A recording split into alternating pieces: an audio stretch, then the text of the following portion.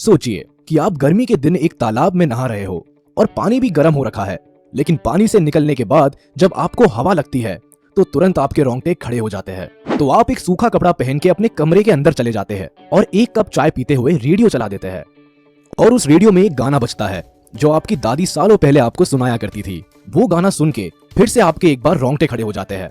इसके बाद आप अपनी पसंदीदा कोई मूवी देखने बैठते हैं और जब उस मूवी का हीरो टशन में एंट्री लेता है तो आपके रोंगटे फिर से एक बार खड़े हो जाते हैं। लेकिन बात यह है कि ऐसे 3 अलग अलग घटनाओं से शरीर में कैसे एक ही रिएक्शन हो रहा है और क्यों हो रहा है।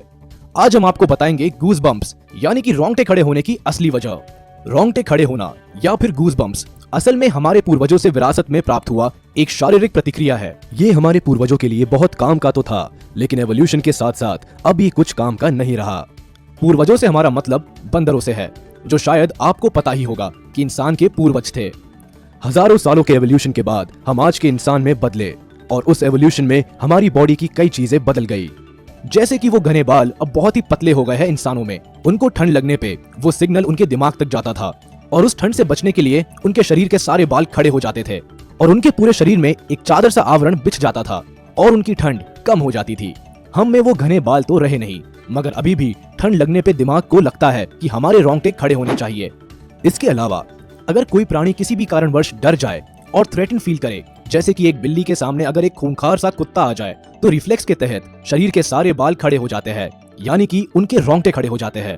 ऐसा करने पे वो मासूम सी बिल्ली साइज में ज्यादा बड़ी और डरावने दिखने लगती है, जो उसको अपने दुश्मन को भगाने में मदद करता है।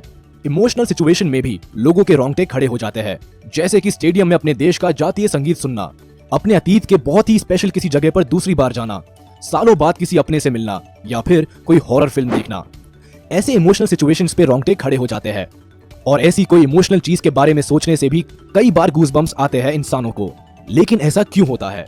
वो इसीलिए कि हमारा सबकॉन्शियस माइंड ऐसे ओवरवेलमिंग सिचुएशंस में हमारे शरीर में एक हार्मोन रिलीज करता है जिसका नाम है एड्रेनलिन। ये रिलीज होने के बाद हमारे स्किन के नीचे की मसल को ट्रिगर करता है और हमें गूज़बम्प्स आते हैं।